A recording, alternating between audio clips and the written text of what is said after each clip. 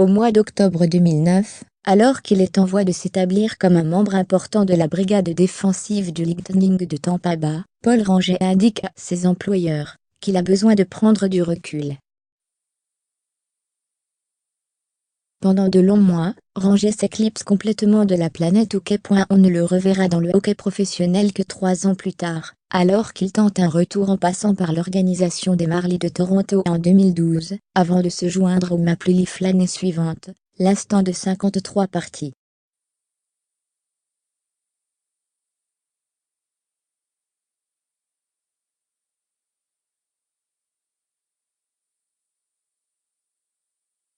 J'avais subi 2 opérations lors de 2 étés successifs. Je me suis souvent retrouvé seul à l'époque, à réfléchir à mon existence, à ce que je faisais, à ce que je devenais, explique Ranger, originaire de Whitby en Ontario. Je me suis mis à me poser le genre de questions qu'on se pose lorsqu'on est dans un endroit sombre.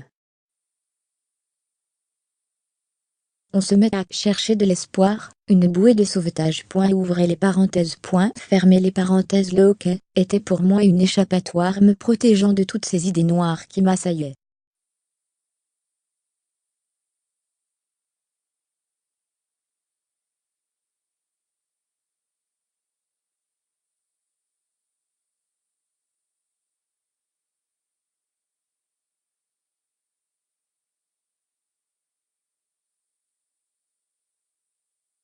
J'étais frustré et impuissant, poursuit-il.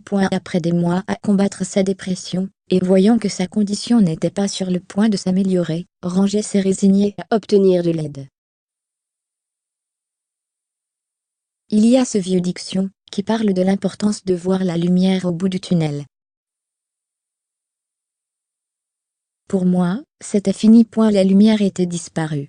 Habitué à évoluer dans un monde où la vulnérabilité est perçue comme un signe de faiblesse, Ranger a également été appelé à s'élever au-delà de la stigmatisation entourant la maladie mentale chez les hockeyeurs.